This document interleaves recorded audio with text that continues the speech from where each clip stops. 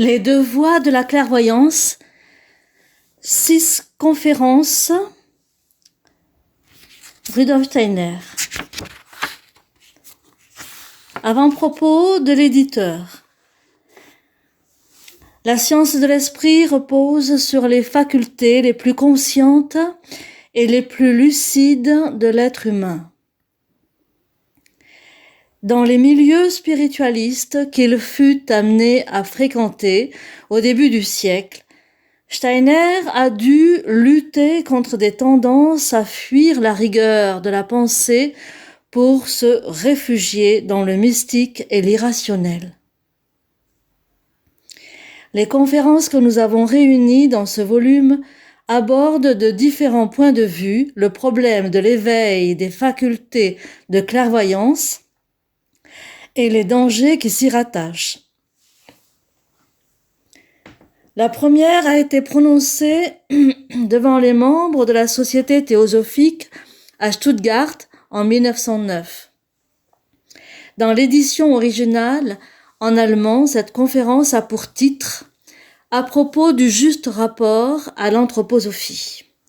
La deuxième conférence, qui traite des 3 formes de la clairvoyance, a été faite au début de la guerre à Dornach pour un petit groupe de personnes qui travaillaient à la construction du Goetheanum. Le bâtiment est en chantier et on est en pleine répétition du Faust. Steiner parle de la technique de la recherche spirituelle en insistant sur les dangers de l'utilisation des forces inconscientes non maîtrisées. Les 4 dernières conférences datent de la même époque et s'adressent à un tout petit cercle de collaborateurs. Le groupe traversait de grosses difficultés, notamment à cause du comportement d'une personne dont le psychisme était perturbé. Steiner s'efforce, par une stricte démarche de la pensée, de clarifier ces problèmes.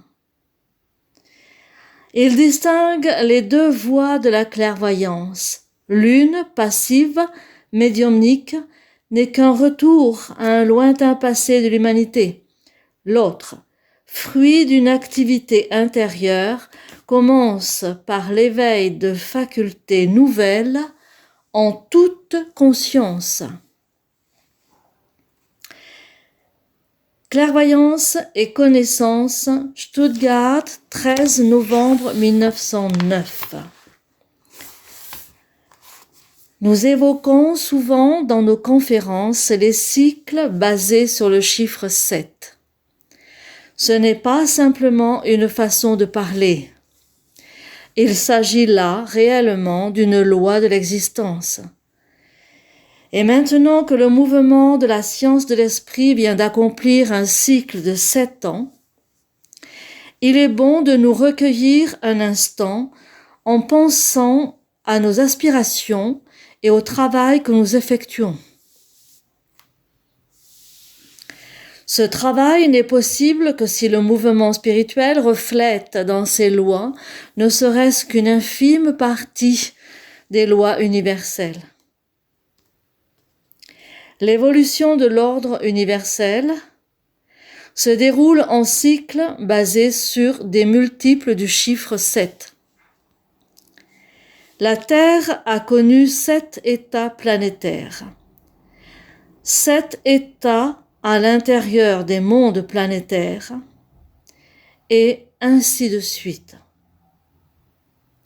Le chiffre 7 joue aussi un certain rôle dans un mouvement tel que le nôtre. Après 7 ans, l'aspiration retourne en quelque sorte à son début, tout en intégrant ce qui a été acquis entre-temps. L'aspiration retourne à son point de départ, mais à un niveau supérieur. Ceci ne peut être réalisé que si les lois fondamentales inhérentes au mouvement sont prises en compte. Si nous tournons le regard vers le passé, si nous regardons comment nous avons travaillé pendant les 7 dernières années nous constatons qu'il y avait réellement une certaine régularité dans ce travail. Évidemment, cela ne peut être vérifié au jour le jour, mais pour l'essentiel, vous verrez qu'il en est ainsi. Pendant les 4 premières années, nous avons jeté les bases de notre travail. Nous avons acquis certaines connaissances sur la nature humaine, une certaine connaissance des chemins qui mènent dans les mondes supérieurs, et nous nous sommes également procuré des connaissances sur les grandes relations cosmiques, sur la vérification des résultats de la chronique de l'Akasha dans sa relation avec les mystères de l'univers. Les membres de notre mouvement qui nous ont rejoints plus tard ont dû et devront toujours acquérir cette base solide et indispensable de notre travail. Car si on veut que le mouvement progresse dans le bon sens, il ne suffit pas de s'approprier uniquement ce qui s'est vécu pendant les 3 années. Si vous vous tournez vers le passé, vous constaterez que, pendant ces 3 dernières années, nous avons même parlé de vérités et de connaissances qui vous ont peut-être quelque peu surpris. Si vous tentez de mettre en relation ce qui vous a interpellé, à savoir ces vérités profondes et universelles, avec ce que nous avons étudié pendant les 4 premières années où nous avons mis en place les 4 parties de la base de notre travail, vous découvrirez que ces 2 périodes sont intimement liées. Vous pourrez vous en convaincre si vous regardez en vous-même. Les membres plus récents devraient prendre très à cœur de ne pas omettre d'acquérir des bases solides qu'ils devront toujours approfondir. Partout où nous nous réunissons pour travailler, nous veillons à ce que celui qui nous rejoint plus tardivement ait la possibilité de rattraper le travail des premières années. En fait, sans ce travail de rattrapage, il ne pourrait pas suivre correctement. Nous devons appréhender le mouvement de la science de l'esprit avec sérieux et gravité. Ces considérations nous amènent à aborder un sujet qui est en lien avec notre époque et qui concerne plutôt l'attitude intérieure et la manière spirituelle de se faire des représentations. Quelle est la manière juste pour un anthroposophe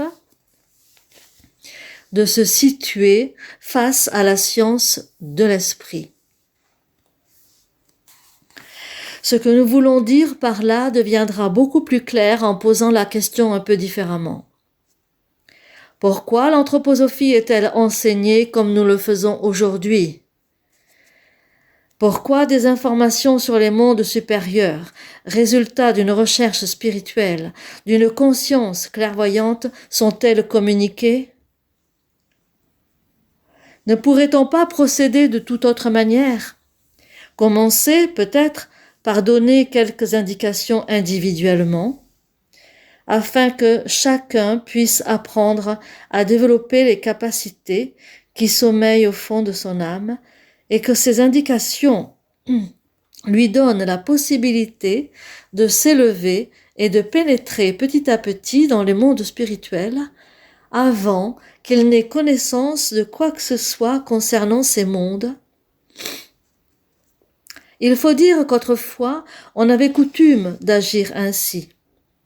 Cela se passait en effet comme cela avant que naisse notre mouvement de la science de l'esprit.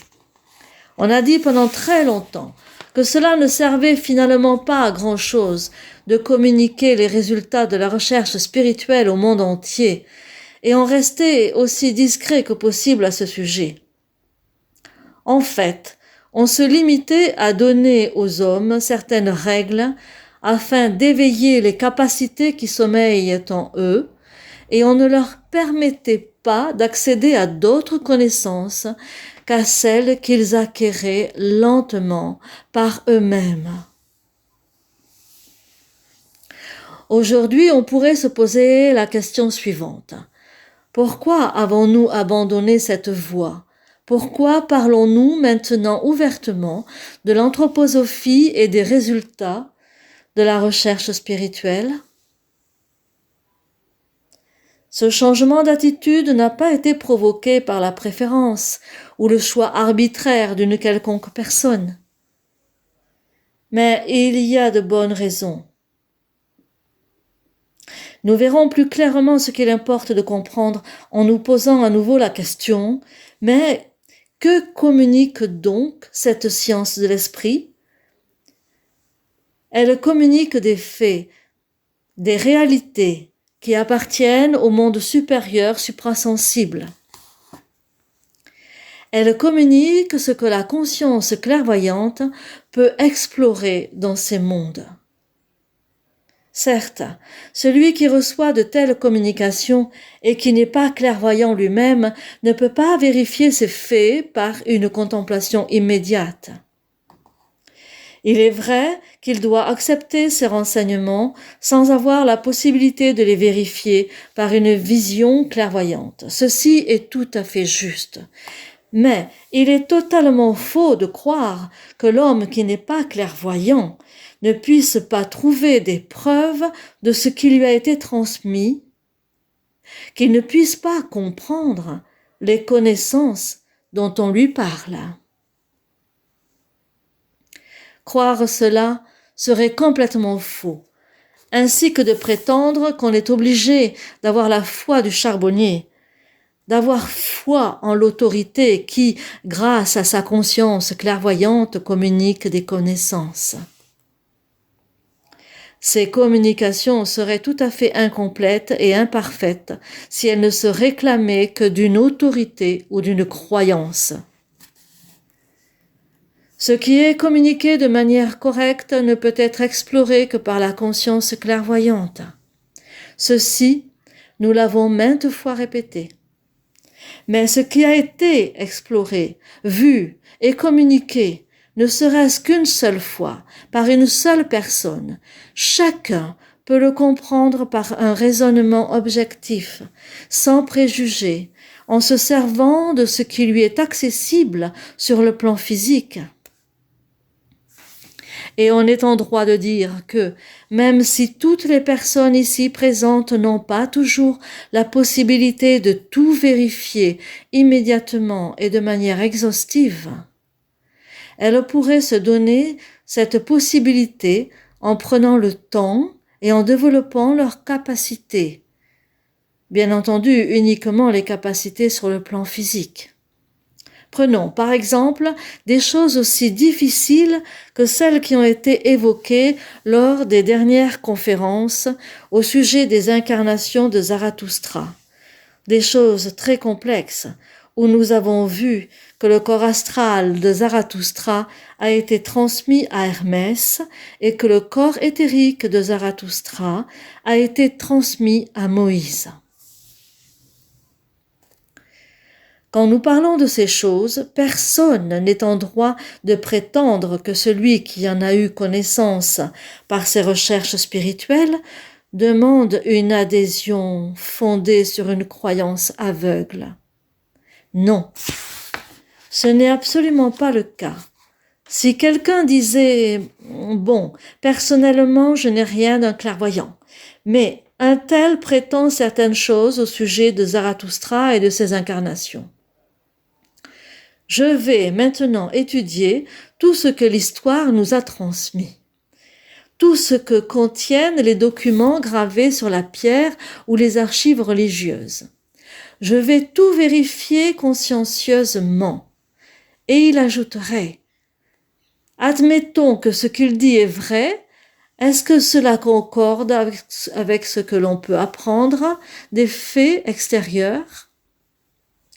Il examinerait alors tout ce que l'on peut constater extérieurement et il verrait que plus il approfondit ses recherches, plus les faits viennent corroborer ce que le clairvoyant lui a communiqué. La seule crainte que pourrait connaître la science de l'esprit, si toutefois le mot crainte avait un sens dans ce contexte, serait celle d'une vérification imprécise, mais non pas d'une vérification par ceux qui se servent de tout ce que la recherche matérialiste met à leur disposition. Ceux-là s'apercevront que plus ils procéderont avec précision dans leurs recherches, plus ils verront se confirmer les faits relatés par le clairvoyant. Par contre, pour les choses qui nous sont plus proches et qui nous sont moins difficiles, comme le karma et la réincarnation, la vie entre la mort et une nouvelle naissance, il n'y a qu'à observer sans préjugés ce que la vie nous apporte. Et plus on y regarde de près, et plus on voit se confirmer ce que communique le clairvoyant. En fait, il y a suffisamment de raisons de se convaincre que ce que nous apprenons des mondes suprasensibles se trouve confirmé dans le monde physique. Cette vérification n'est pas si facile à accepter, mais nous devons la considérer comme une nécessité. Nous devons commencer par mettre à l'épreuve de la vie les réalités du monde suprasensible dont l'exploration directe n'est peut-être possible que pour peu de personnes. Et ne répétons pas sans cesse, il faut croire aveuglément. Accepter de croire le moins de choses possibles sans les avoir vérifiées. Vérifier, vérifier toujours. Sans préjugés. Il faut insister là-dessus. Il s'agit en fait de voir que, dans un certain sens, une telle vérification demande un effort. Elle exige de penser. Elle exige qu'on se mette au travail, qu'on se mette réellement à chercher dans le monde physique des preuves de ce que nous apprend la recherche clairvoyante. Et là, nous abordons un sujet qu'il nous est tout à fait possible de traiter, car il correspond à notre questionnement. Mis à part l'aspiration légitime à pénétrer dans le monde spirituel, est-ce nécessaire aujourd'hui, ou du moins bénéfique pour l'homme, de s'engager dans une réflexion approfondie sur le monde spirituel, avec les moyens d'investigation et les méthodes de pensée utilisées habituellement sur le plan physique? En d'autres termes, celui qui étudie la science de l'esprit a-t-il raison de se départir du confort qu'il trouve dans le monde non spirituel et de s'efforcer de développer sa faculté de penser, d'apprendre à maîtriser et à se servir des moyens d'investigation qui permettent également de connaître l'homme sur le plan physique? A-t-il raison d'apprendre le plus possible et notamment d'apprendre à penser? Nous avons du mal à comprendre avec notre conscience actuelle ce que l'on entend par là. Il est difficile de l'expliquer clairement et avec précision. Un jour, une personne qui désirait avancer sur le chemin que propose l'anthroposophie, mais qui voulait également s'entraîner à une pensée spirituelle de plus en plus précise et pénétrante, me demanda une lecture appropriée. Je lui conseillai d'étudier l'ouvrage de Spinoza, L'Éthique. Au bout de quelques semaines à peine, elle m'écrivit qu'elle ne comprenait pas pourquoi elle devait étudier ce texte, car il s'agissait d'un livre relativement épais, dont le seul but était de prouver l'existence de Dieu. Or, elle n'avait jamais mis celle-ci en doute et n'avait pas besoin de s'abîmer dans les méandres de cette pensée pour prouver l'existence de Dieu. Voyez-vous, ceci est un bon exemple de ce confort intellectuel avec lequel beaucoup de gens abordent aujourd'hui la science de l'esprit. Ils sont vite satisfaits à partir du moment où ils ont adopté une croyance. Ils ne prennent pas la peine d'acquérir, d'élaborer, une à une, ces représentations difficiles. Cette attitude ne pourra jamais mener à autre chose qu'à une foi aveugle. Pourtant, vous pourrez constater que cette foi cesse d'être aveugle dès lors que vous vous entraînerez réellement à penser et que vous ne céderez pas simplement à l'envie d'exercer des forces qui vous conduisent uniquement à un degré élémentaire de la clairvoyance. Certes, nous n'allons pas aujourd'hui nous élever contre l'aspiration à développer les forces cachées dans notre âme. Cette aspiration est noble et sage. D'autre part, il faut souligner qu'il est indispensable d'entraîner simultanément les forces qui sont à l'œuvre quand nous pensons et les facultés de connaissance dont nous disposons sur le plan physique. Même si ce n'est pas facile, afin que nous soyons capables d'élaborer des représentations et des concepts clairs et pertinents sur ce qui nous est communiqué des mondes supérieurs. On pourrait facilement penser que le moindre degré de clairvoyance serait plus valorisant que l'écoute intelligente et compréhensive de ce qui nous est dit sur les réalités des mondes supérieurs. Il se pourrait que quelqu'un se demande pourquoi il appartient à cette société. On ne fait que parler de choses des mondes supérieurs, c'est bien beau, mais moi, pourrait-il se dire, je préférerais apprendre à être, ne serait-ce qu'un tout petit peu, clairvoyant. Je connais un théosophe très érudit qui avait exprimé son fervent désir d'aller au-delà de son érudition et d'accéder à la clairvoyance. Si seulement, disait-il, j'étais capable de voir, ne serait-ce qu'une seule fois, le petit bout de la queue d'un être élémentaire. Certes, on peut comprendre ce désir. On peut parfaitement comprendre que quelqu'un s'exprime ainsi. Ce théosophe n'aurait jamais dit qu'en échange, il renoncerait à ses connaissances des vérités spirituelles. Mais il se pourrait que quelqu'un accepte d'échanger ses connaissances contre un petit peu de clairvoyance.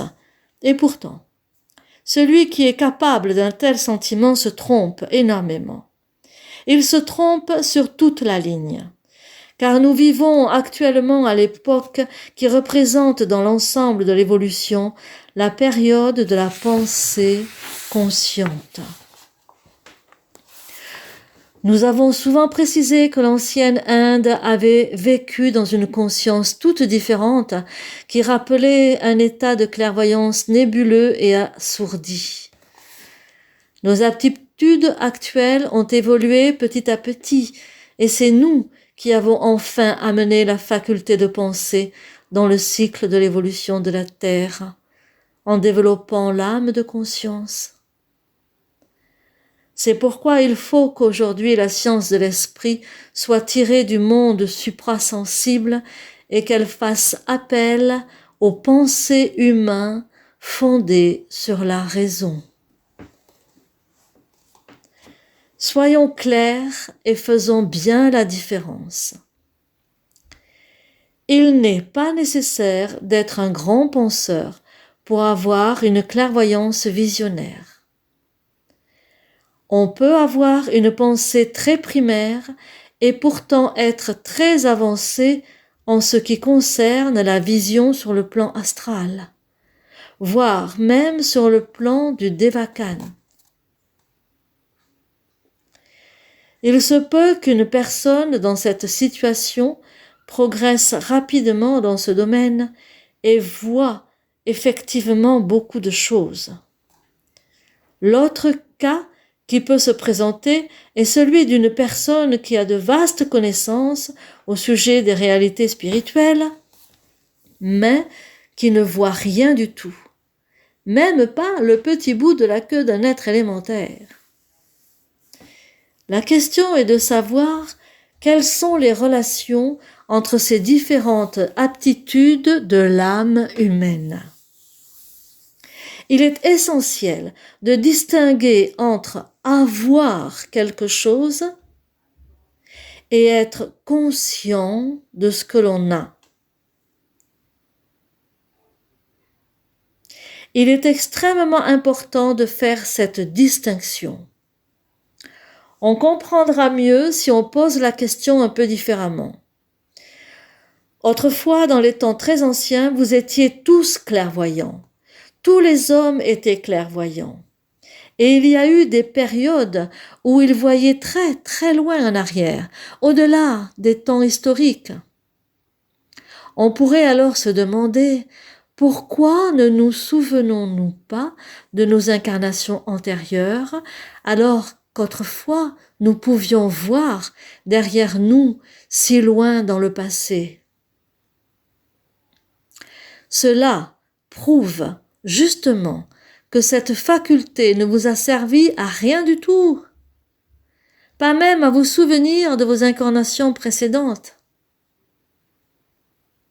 On pourrait encore se demander, est-ce qu'apprendre aujourd'hui à être clairvoyant visionnaire nous aidera lors de notre prochaine incarnation à nous remémorer nos vies antérieures? Un fait est certain. L'ancienne clairvoyance que vous possédez tous ne vous aide pas aujourd'hui à retrouver vos vies antérieures. Pourquoi, de nos jours, tant de personnes ne s'en souviennent-elles pas? La question est d'une extrême importance. Elles ne se souviennent pas de leur vie antérieure alors qu'elles ont toutes été clairvoyantes dans les temps anciens. Il est vrai, à des degrés divers. Parce qu'à cette époque, elles n'avaient pas développé les facultés nécessaires, qui sont justement celles du soi, celles du je. Car il ne s'agit pas de développer des facultés de clairvoyance, mais d'avoir déjà cultivé en soi ce qui devra être vu. Même si les hommes d'autrefois étaient très clairvoyants, s'ils ne se sont pas préoccupés de développer les facultés du je, qui sont les facultés du penser, du discernement, les facultés spécifiques du soi humain sur cette terre, alors leur je n'était pas présent lors des incarnations précédentes. Le soi n'était pas là. Dans ce cas, de quoi pourrait-on se souvenir? Il faut faire en sorte que pendant l'incarnation précédente, le je ait existé en tant qu'unité bien établie. Voilà le point décisif. Aujourd'hui, seules les personnes ayant travaillé dans les incarnations précédentes avec les moyens tels que le penser, la logique, le discernement, sont capables de se souvenir de leur vie antérieure. Celles-là seules peuvent se souvenir. Même si quelqu'un a développé un maximum de clairvoyance, il ne se souviendra de rien s'il n'a travaillé dans ses incarnations antérieures, ni ses facultés de discernement, ni son pensée logique. Il n'a pas balisé son chemin, il n'a pas posé les repères dont il aurait pu se souvenir. Si vous avez compris ce qu'exige l'anthroposophie, alors vous saurez qu'il faut conquérir au plus vite ces facultés d'un pensée approfondi. Peut-être vous imaginez-vous que si vous devenez clairvoyant, la faculté du pensée logique viendra toute seule? Rien n'est plus faux. Pour quelle raison les dieux ont-ils fait naître les hommes? Parce qu'ils avaient besoin de l'homme pour développer en lui certaines facultés qui sinon n'auraient pas pu être développées. La faculté de penser, de se représenter quelque chose en pensée, de sorte que ces pensées soient liées au discernement. Cette faculté n'a pu naître que sur notre terre. Elle n'existait pas auparavant. Elle ne pouvait apparaître que grâce à l'homme. Faisons la comparaison suivante. Supposons que vous ayez une graine, un grain de blé par exemple. Vous pourrez le regarder tant que vous voudrez. Il ne deviendra pas pour autant un épi. Il faudra le mettre en terre, le laisser grandir, permettre aux forces de croissance d'agir en lui. Ce dont les entités spirituelles disposées avant la création de l'homme peut être comparé à cette graine. Pour éclore sous forme de pensée, il a fallu que cette graine passe par le plan physique afin d'être cultivée par l'homme. La seule possibilité de cultiver des pensées venant des mondes supérieurs est de les faire germer sur terre dans les hommes lors de leurs incarnations. Il en résulte donc que tout ce que les hommes pensent sur le plan physique est quelque chose d'unique et vient s'ajouter à ce qui est possible dans les mondes supérieurs. L'homme était réellement indispensable, sinon les dieux ne l'auraient pas créé. Les dieux ont fait naître l'homme afin de recevoir de lui, sous la forme de la pensée, ce qu'il possédait déjà. Ce qui descend ainsi des mondes supérieurs ne recevrait jamais la forme de la pensée si l'homme ne pouvait la lui donner. Celui qui, sur terre, refuse de penser, soustrait aux dieux ce qu'ils attendaient de lui et ne peut donc pas accomplir sa tâche et sa destinée d'homme sur la terre. Il ne peut y parvenir que dans l'incarnation où il s'engage à effectuer un réel travail de pensée. En voyant les choses de cette façon, on peut en déduire le reste. Les révélations sur les réalités du monde spirituel peuvent atteindre l'âme humaine de bien différentes manières.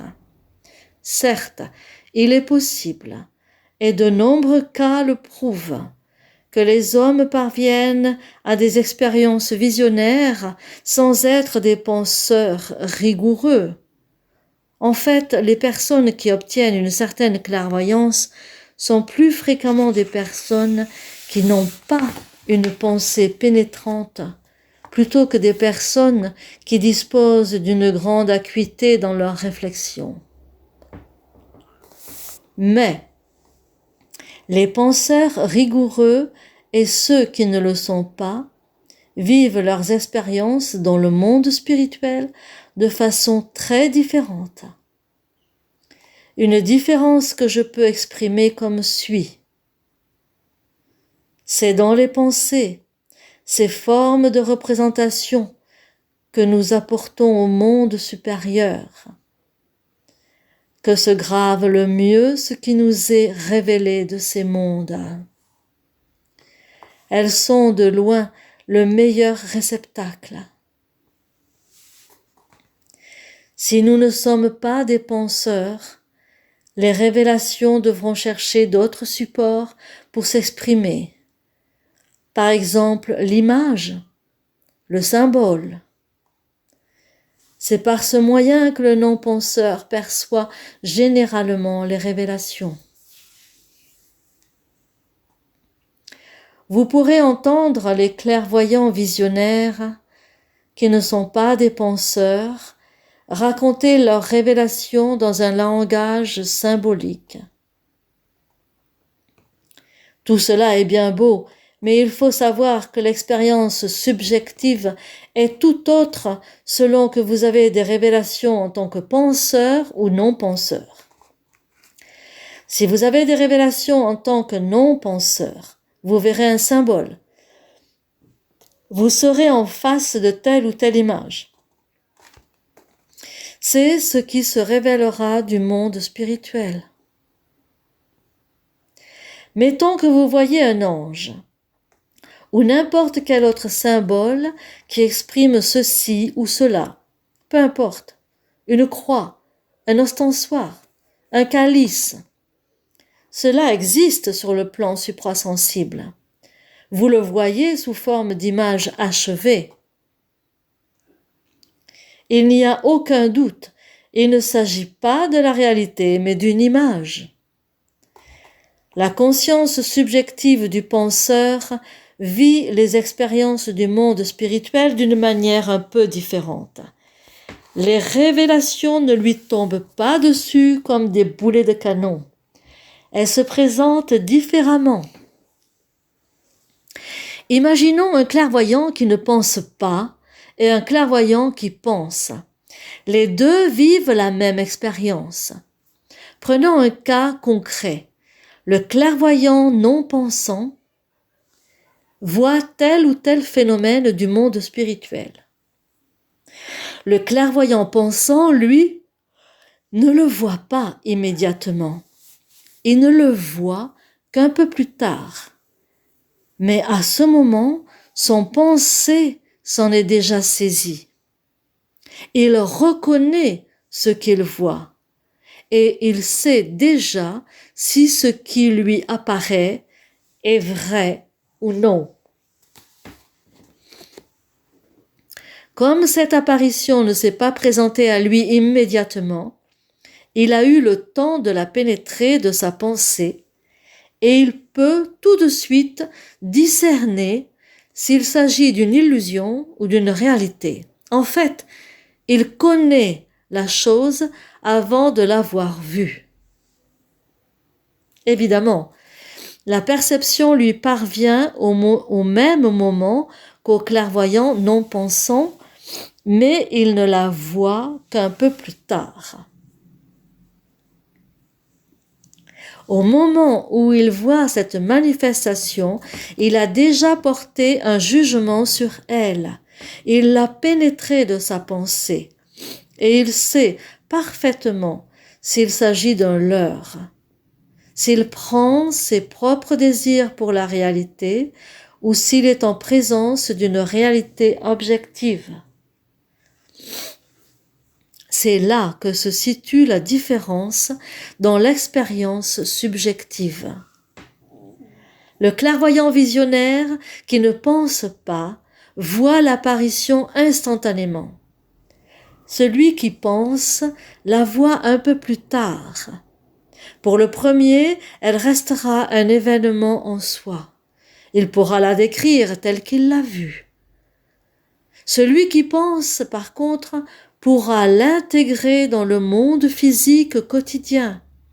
Il pourra faire le lien entre ce qu'il a vu et ce qu'il vit, car le monde physique n'est, tout comme cette apparition, rien d'autre qu'une révélation du monde spirituel. Vous pouvez en déduire que disposant de l'instrument du pensée, vous aurez un jugement juste sur ce que le monde spirituel vous livre. Mais une autre objection peut être émise. La valeur des messages émanant du monde spirituel peut être discutable si l'on n'a pas vu apparaître soi-même les phénomènes en question. Imaginons une troisième personne qui ne serait pas clairvoyante, à qui l'on communique les résultats de la recherche spirituelle, mais obtenus par le moyen du pensée pénétrant auquel s'ajoute un regard clairvoyant. Cette troisième personne reçoit ces communications, les comprend et considère qu'elles sont raisonnables. Il s'agit bien pour lui de réalités du monde spirituel. Il les a assimilées, tout comme le clairvoyant pensant ou toute autre personne qui les a saisies par son raisonnement, même si elle n'en a pas forcément conscience.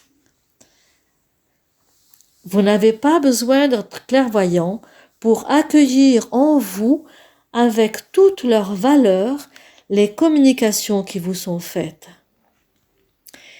Il y a une différence entre avoir quelque chose et être conscient de ce que l'on a. L'exemple suivant permettra de comprendre facilement le rapport entre deux personnes étudiant la science de l'esprit, l'une étant clairvoyante, l'autre pas. Imaginez que vous ayez fait un héritage, mais que vous ne soyez pas encore au courant de cet événement. Dans ce cas, même si vous n'en avez pas connaissance, la valeur réelle de votre héritage vous appartient dès le premier jour de sa validité. Vous pouvez donc posséder quelque chose avant de savoir que vous en avez hérité. Il en va de même pour ceux qui apprennent les réalités du monde spirituel par l'anthroposophie. Ils possèdent ce qu'ils ont compris avec leur raison et attendent le moment où ils en seront conscients. C'est tout à fait autre chose que le fait de posséder ces réalités. Cette différence devient évidente après la mort. Qu'est-ce qui profite? Ce terme trivial illustre bien ce que je veux dire. Donc, qu'est-ce qui profite le plus à l'homme après la mort? Voir quelque chose sans penser ou bien recevoir des informations purement spirituelles sans avoir de vision. On pourrait très facilement croire que la vision clairvoyante est une meilleure préparation à la mort que le simple fait d'entendre parler des événements du monde spirituel.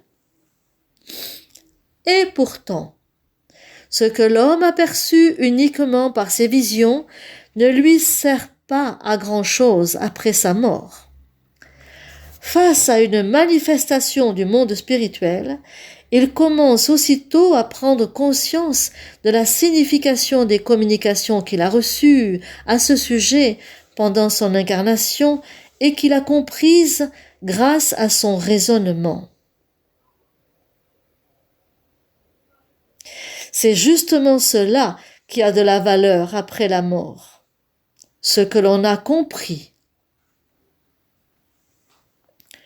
Peu importe qu'on en ait eu la vision ou non. Par sa faculté de clairvoyance, l'initié le plus avancé a une vision de l'ensemble du monde spirituel.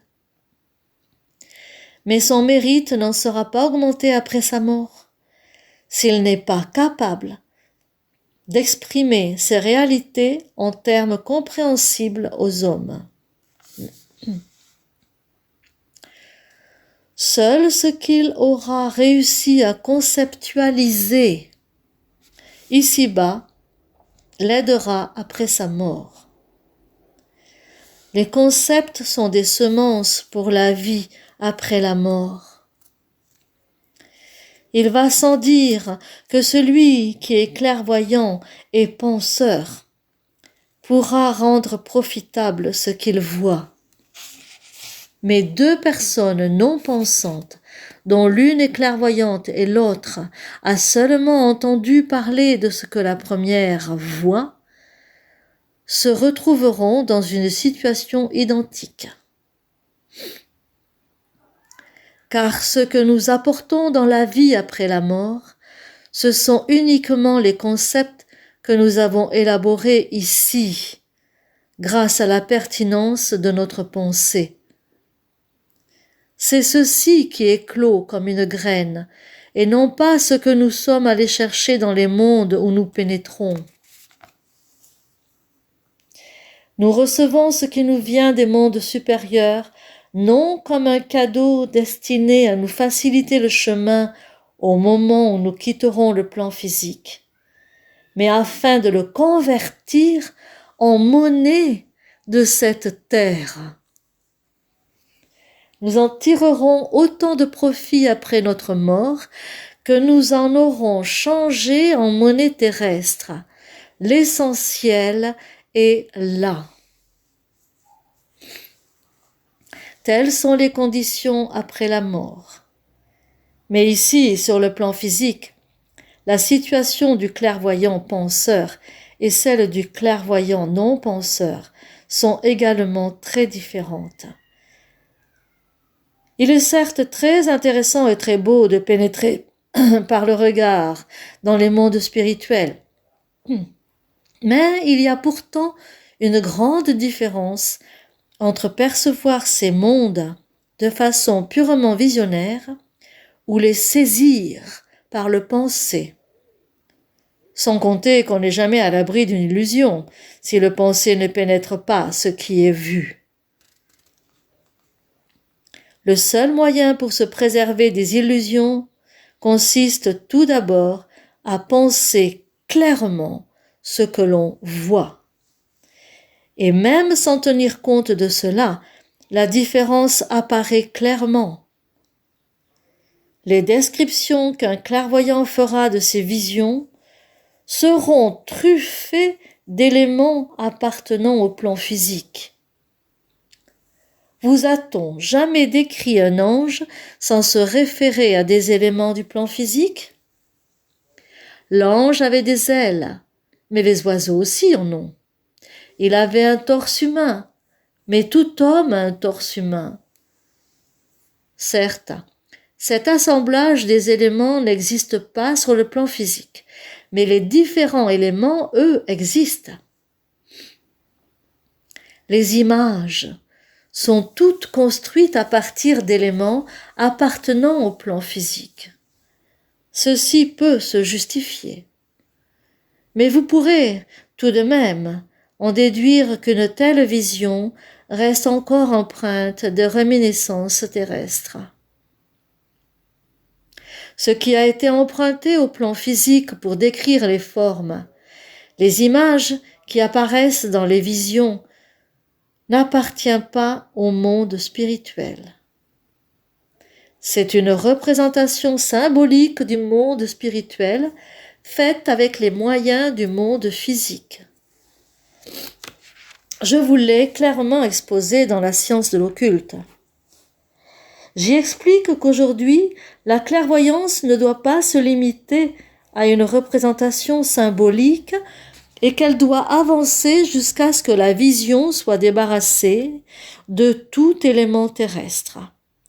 Même s'il existe, lors de la phase préliminaire de son développement, une symbolique justifiée. À ce point de son évolution, la clairvoyance se voit, il est vrai, confrontée à un certain danger. Si on élimine tout ce qui est terrestre dans la vision de l'ange, il se peut que le clairvoyant ne voie plus rien du tout. S'il se débarrasse de la symbolique qui a été transposée dans le monde spirituel, il est possible qu'il ne voie plus rien. Ce qui empêche de perdre complètement la chose en pénétrant réellement dans le monde spirituel, c'est la graine qui peut germer du penser. Les pensées forment alors la substance qui permet de saisir ce qui existe dans le monde spirituel. Nous acquérons la faculté de vraiment vivre dans le monde spirituel en utilisant ce qui n'est plus lié à des éléments sensibles, mais qui existe tout de même sur le plan physique, à savoir les pensées, et elles seules. Nous n'avons le droit d'amener dans le monde spirituel que les pensées. D'un cercle, par exemple, rien qui ne provienne de la craie, mais seulement la pensée du cercle.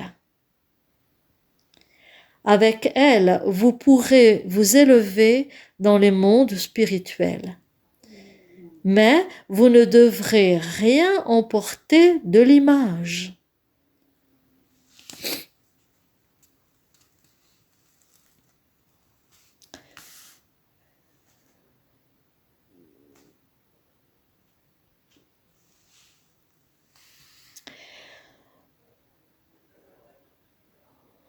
Il peut toutefois, au moment même où le clairvoyant penseur imprègne l'image avec des pensées, elle devient floue pour le clairvoyant non penseur. Pour lui, l'image devient noire et indistincte. Elle ne réapparaîtra qu'un peu plus tard, au moment précis où la pensée peut s'associer à l'image. Celle-ci devient floue pour le clairvoyant visionnaire. En fait, il n'est jamais capable d'associer sa pensée à ce qu'il voit. C'est pourquoi il ne peut jamais ressentir cette certitude « Tu y étais avec ton jeu ». Cette expérience manque au simple clairvoyant visionnaire. Tout cela nous a permis de mieux comprendre le fonctionnement intime de ce processus, mais ce qu'il faut à tout prix retenir, c'est la nécessité absolue de développer le pensée, de surmonter la paresse qui nous empêche d'acquérir un savoir fondé sur la connaissance. Il vaut 1000 fois mieux commencer par saisir par la pensée des représentations spirituelles et, tôt ou tard, selon son karma, accéder au monde spirituel, que d'avoir des visions sans parvenir à pénétrer par le pensée ce qui est communiqué dans le mouvement qu'on appelle anthroposophique. Il vaut bien mieux connaître la science de l'esprit et ne rien voir encore que de voir quelque chose sans avoir la faculté de pénétrer les choses en pensant, parce qu'elles demeurent alors dans l'incertitude. On peut s'exprimer de manière encore plus précise et dire « Aujourd'hui, il y a de grands penseurs qui comprennent par la raison la vision du monde de la science de l'esprit. Pourquoi ceux-ci ont-ils parfois tant de mal à parvenir à la clairvoyance ?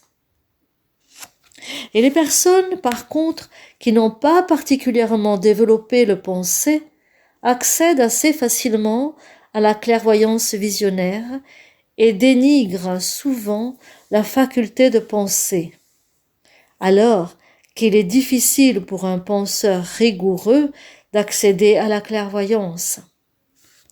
C'est exactement là que se situe l'écueil, qu'un certain orgueil masqué se manifeste.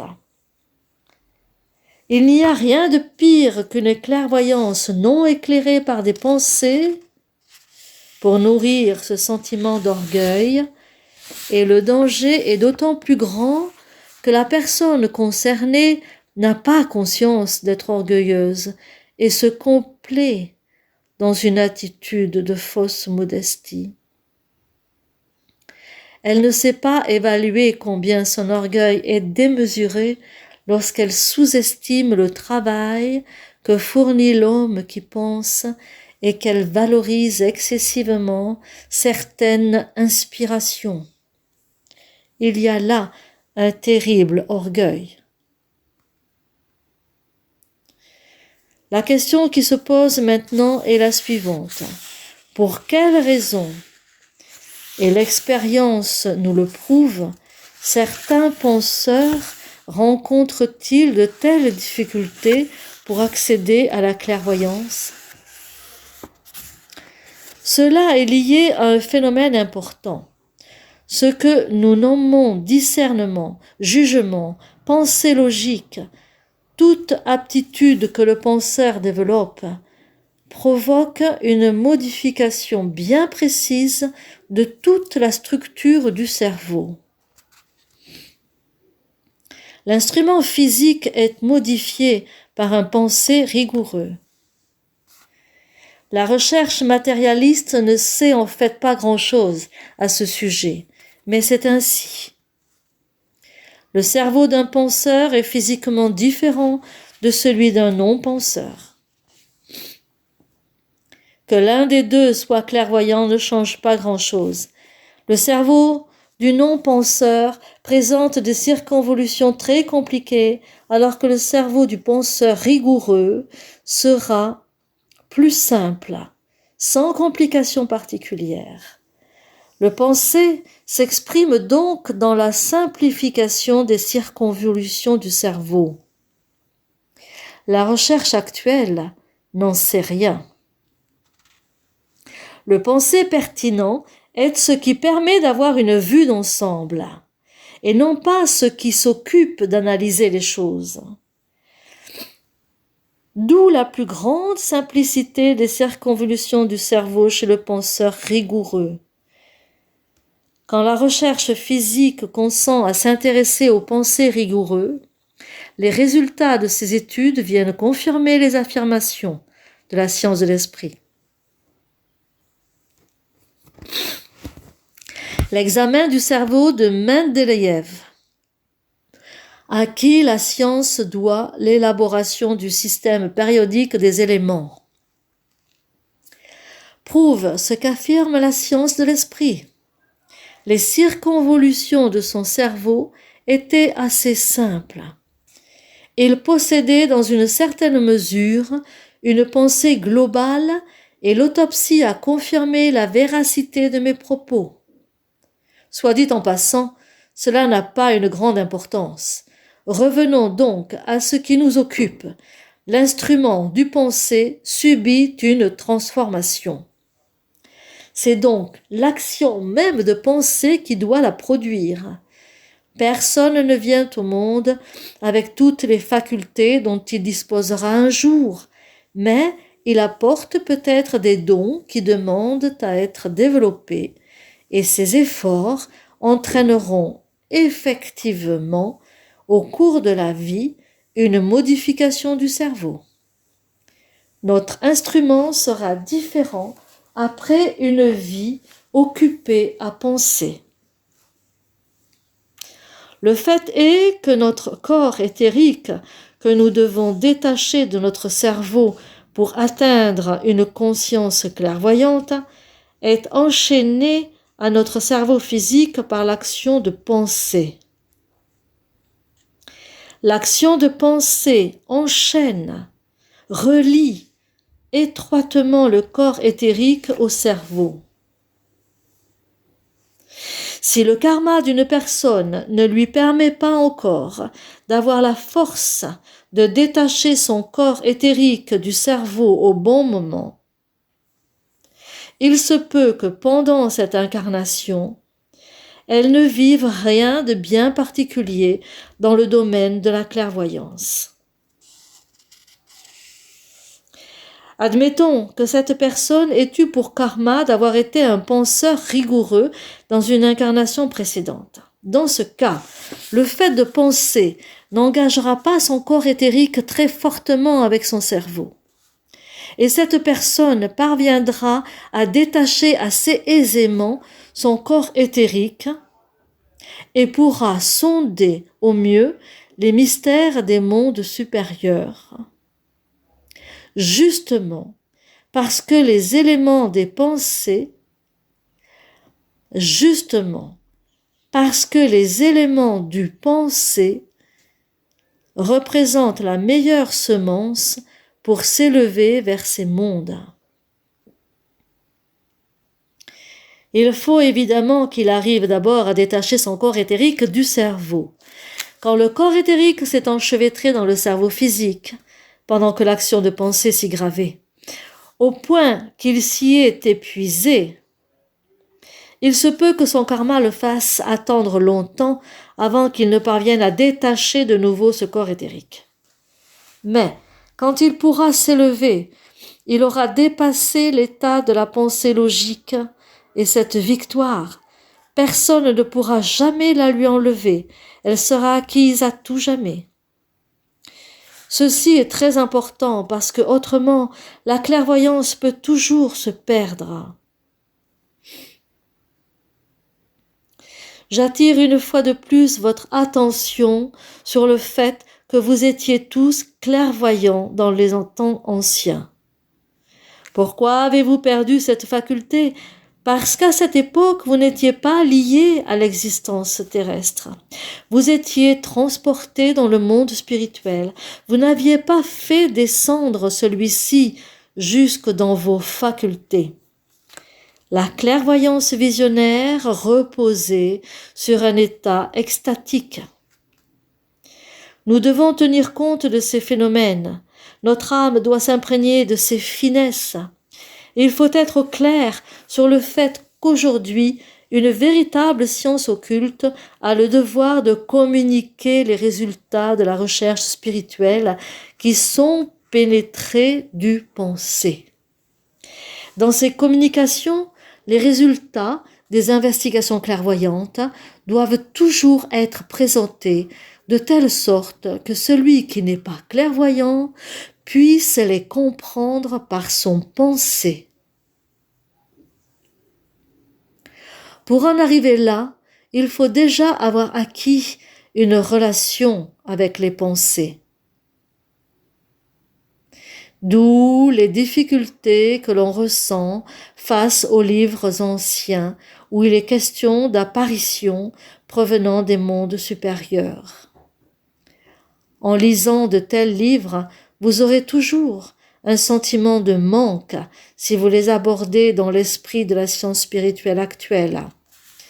Sans doute y trouverez-vous des messages magnifiques, mais l'homme moderne ne peut pas en tirer grand-chose s'il n'est pas lui-même clairvoyant et capable de remettre les choses à leur place. Alors que le contenu de la science spirituelle actuelle est accessible à tout homme qui prend la peine de s'en approcher, car cet homme peut le pénétrer à partir du plan physique par le penser. Les concepts pour saisir ce qui se situe dans le monde physique et ce qui se situe dans le monde spirituel sont les mêmes. Les sciences naturelles modernes parlent d'évolution. La science de l'esprit en parle également. Dans la mesure où vous avez compris le concept d'évolution, vous comprendrez ce que la science de l'esprit veut dire lorsqu'elle l'utilise. Vous pourrez vous forger une idée concernant le terme karma, car vous vous en êtes créé l'image conceptuelle. Évidemment, si vous définissez le karma comme beaucoup de théosophes le font en disant simplement toute cause spirituelle a un effet spirituel, vous n'aurez pas défini la notion de karma. Une boule de billard peut aussi vous faire visualiser la loi de cause à effet. Mais la comparaison avec le karma sera inexacte.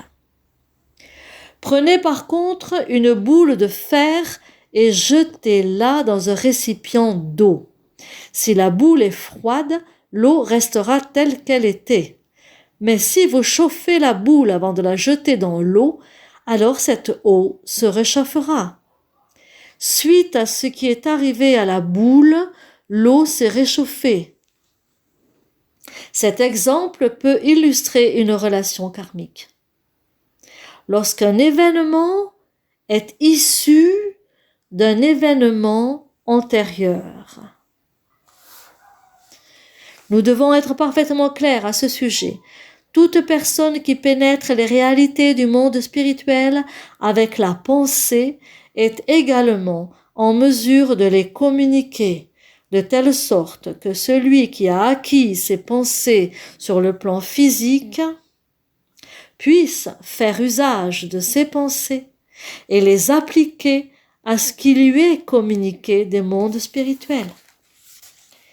Il faut que chacun comprenne qu'il ne s'agit pas d'obtenir par n'importe quel moyen des messages en provenance du monde supérieur, mais de les recevoir d'une manière qui corresponde à nos conditions terrestres.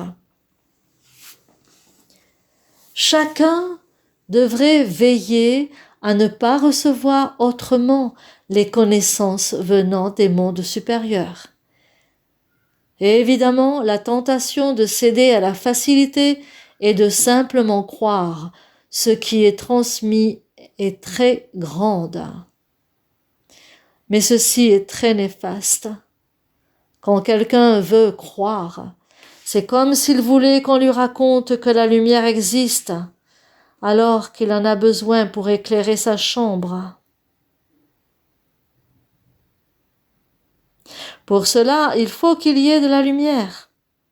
La simple croyance ne suffit pas.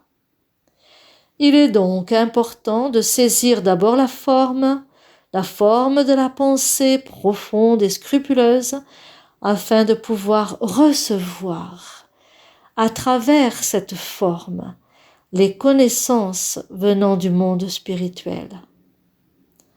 En effet, elles ne peuvent être explorées que par ceux qui possèdent la faculté de clairvoyance. Mais, une fois qu'elles ont été explorées, tous ceux qui les reçoivent de la manière juste peuvent les comprendre. En pensant ainsi, on évite plus ou moins les dangers qui, sinon, sont liés à ce qu'on appelle mouvement anthroposophique. Mais ces dangers surgissent immédiatement lorsque des personnes développent des facultés de clairvoyance sans s'attacher à cultiver simultanément leur capacité de penser et notamment de discerner par le penser. Nombreux sont ceux qui cherchent avidement à capter quelque chose du monde spirituel sans pour autant se donner la peine de saisir par la connaissance ce qui doit être conquis sur le plan physique. Aucun Dieu ne peut saisir le monde en pensée s'il ne s'incarne pas sur cette terre physique. Il peut concevoir le monde sous une autre forme, mais pour s'en saisir de cette manière, il doit s'incarner sur cette terre. Compte tenu de cela, on comprendra qu'il existe un certain danger à développer en soi-même des aptitudes que l'on maîtrisera mal. Celui qui développe une clairvoyance par des visions et qui ne l'utilise pas conjointement avec le penser se prive de la possibilité de convaincre qui que ce soit de la véridicité de ce qu'il a vu. S'il reste sur le plan astral sans pouvoir faire descendre ses expériences sur le plan physique, il court le risque de voir un abîme se creuser entre le monde de ses visions et le plan physique. Supposons que quelqu'un ait des visions significatives qui se situent sur le plan astral. Admettons qu'elles correspondent tout à fait à une réalité. Cela peut être aussi le cas chez un clairvoyant visionnaire, non penseur. Il se crée alors un gouffre entre lui et ce qui se passe sur le plan physique. Imaginons que cet essuie-main représente le plan physique, que le clairvoyant se place devant et qu'il ait une vision. Mais le véritable monde spirituel se situe derrière le plan physique. Le plan physique n'est que Maya. Il ne peut être supprimé par le clairvoyance visionnaire. Il ne disparaît que pour celui qui le supprime au moyen des pensées. C'est seulement à ce moment-là que cette personne pénètre derrière le plan physique et qu'elle le comprend, grâce à la clairvoyance associée aux pensées. Le plan physique est là, mais vous ne voyez pas le monde spirituel, le véritable monde spirituel. Vous vous trouvez devant un abîme et le plan physique reste devant vous en tant que Maya. Cette impossibilité de traverser le plan physique est due au fait que le cerveau n'est pas capable de se déconnecter. Si vous avez appris à penser de façon juste, vous n'avez pas directement besoin de votre cerveau pour penser. Le penser travaille sur le cerveau, mais l'activité de penser n'a pas directement besoin du cerveau. Il est absurde de dire que c'est le cerveau qui pense.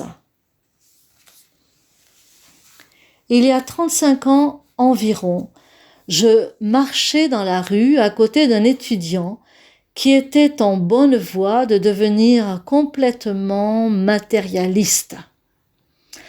Il disait que quand il pensait, les atomes de son cerveau se mettaient à vibrer, que chaque pensée avait une forme bien définie et qu'il était stupide de prétendre qu'il existe une chose telle que l'âme pensante, car c'est le cerveau qui pense. Je lui demandai, « Peux-tu me dire pourquoi tu te complais dans le mensonge?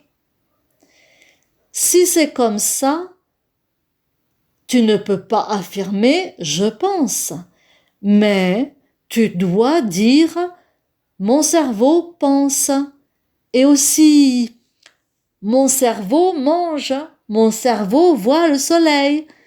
Là, ce serait la vérité. Il aurait dû vite comprendre quelle sottise il trimballait. Donc, ce n'est pas le cerveau qui pense. On peut illustrer cela par des réflexions toutes simples, à condition de ne pas être un matérialiste. L'activité de penser ne dépend pas de l'instrument cerveau. Là où la pensée devient pure, le cerveau n'intervient pas. Il n'intervient que pour transposer la pensée en symbole, en représentation. Si vous vous représentez un cercle de craie, c'est bien votre cerveau qui vous en donne l'image. Mais si vous pensez un cercle à l'état pur, libéré de toute image symbolique, c'est le concept de cercle qui est l'élément actif qui modèle le cerveau. Toutefois, quand un homme a une clairvoyance visionnaire, il reste à l'intérieur de son corps éthérique et ne parvient pas jusqu'à son cerveau physique. On peut vivre toute sa vie dans des visions clairvoyantes. Cela ne modifie en rien le cerveau. C'est le corps éthérique qui s'en trouve transformé. Mais de cette façon, vous ne parviendrez jamais à franchir l'abîme. Vous ne transpercerez jamais réellement le voile de la Maya. Ceci ne peut se faire que si vous la traversez par la pensée. Celui qui refuse d'exercer sa pensée active développe des aptitudes qui ne lui permettent pas de se saisir de l'objet de sa pensée et de puiser réellement dans le monde spirituel. Il en résulte un déséquilibre entre ce qu'il développe dans son corps éthérique et ce qu'il est véritablement en tant qu'être humain.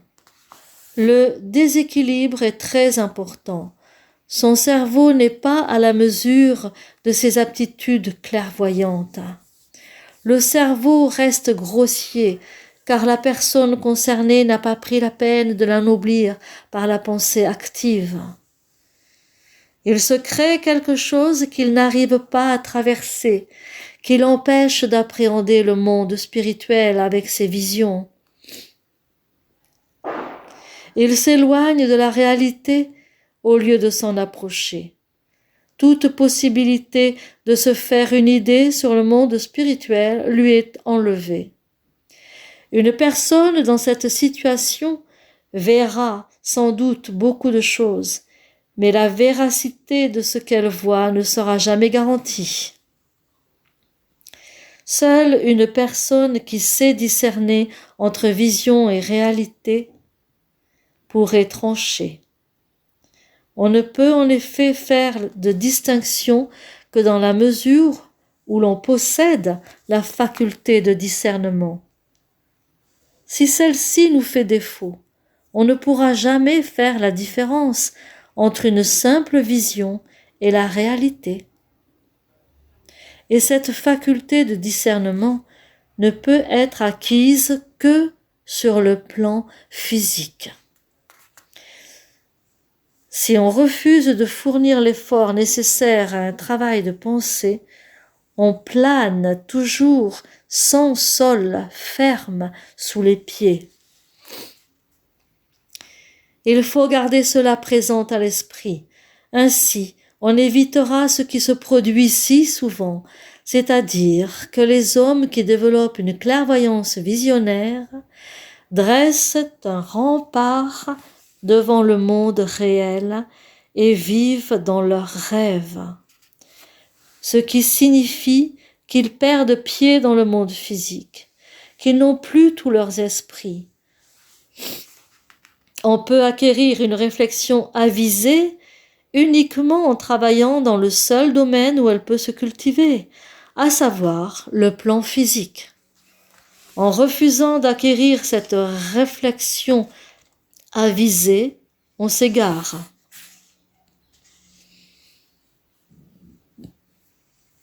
Nous devons absolument parvenir à une réflexion claire, sinon apparaissent tous les préjudices forcément liés au mouvement anthroposophique.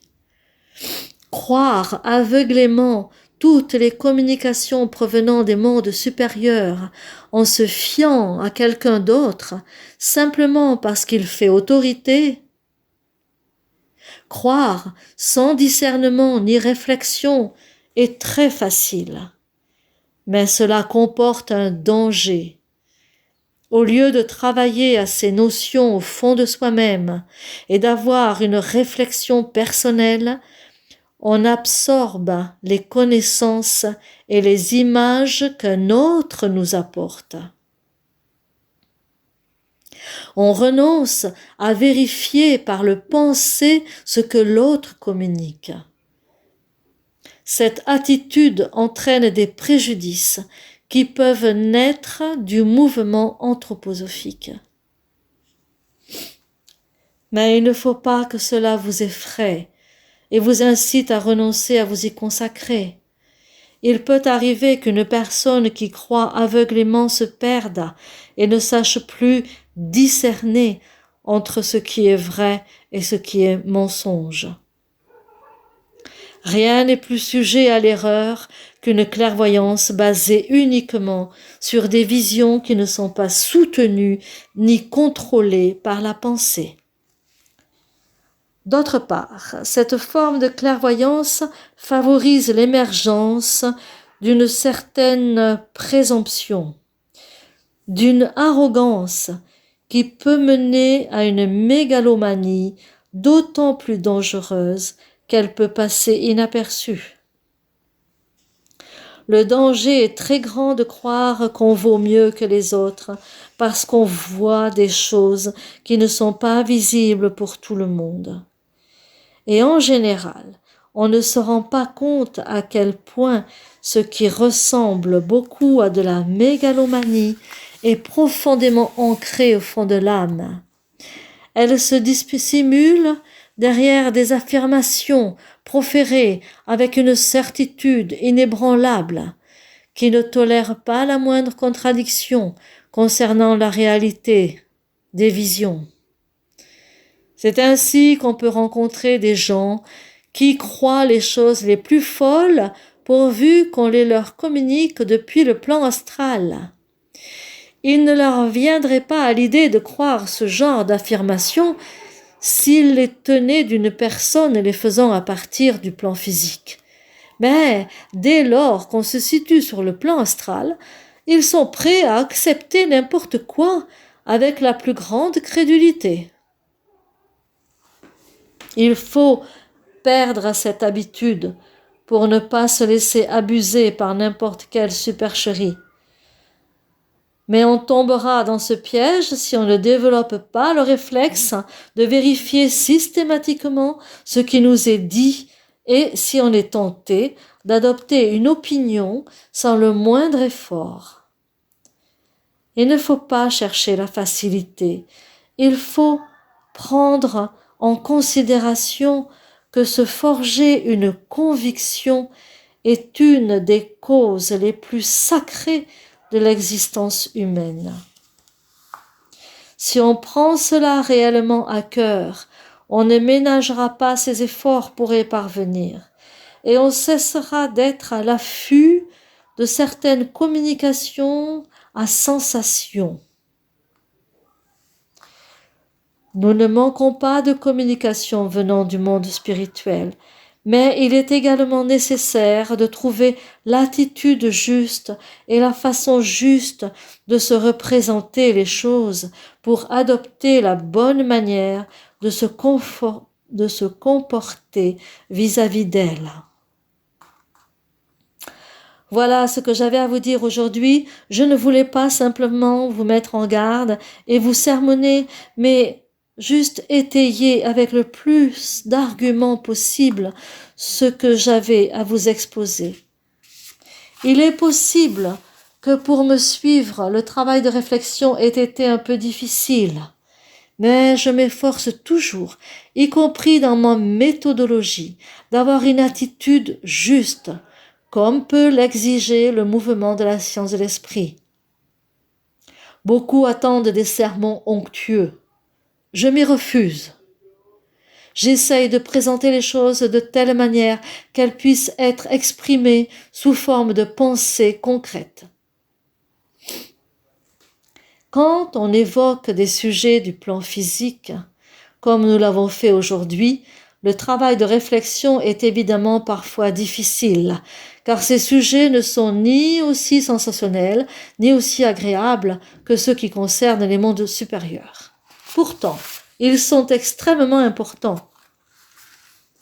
Et vous ne sous-estimerez pas leur importance en vous disant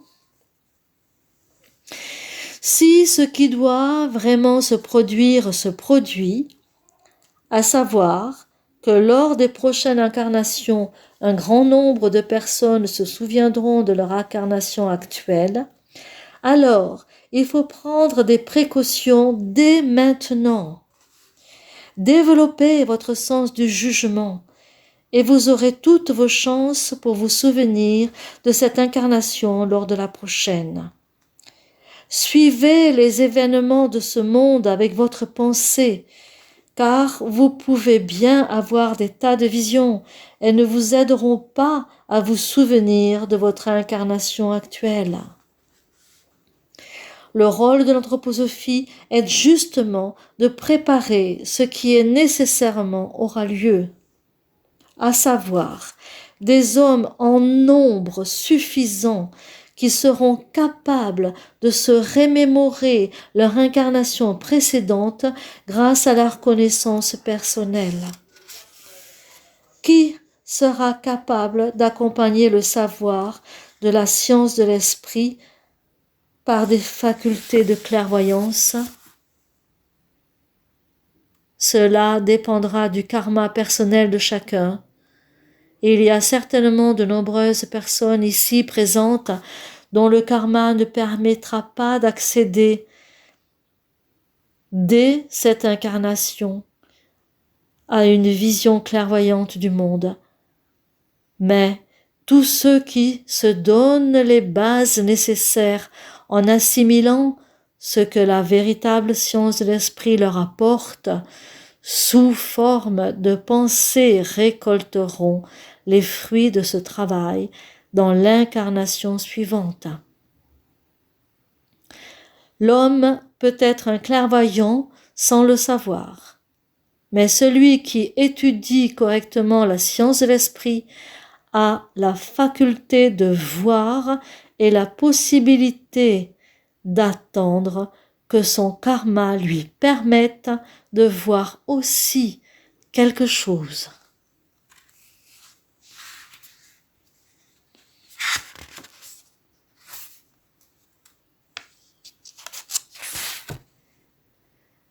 Traduction de Raymond Burlotte, Gudula Combert, Claudine Vignon.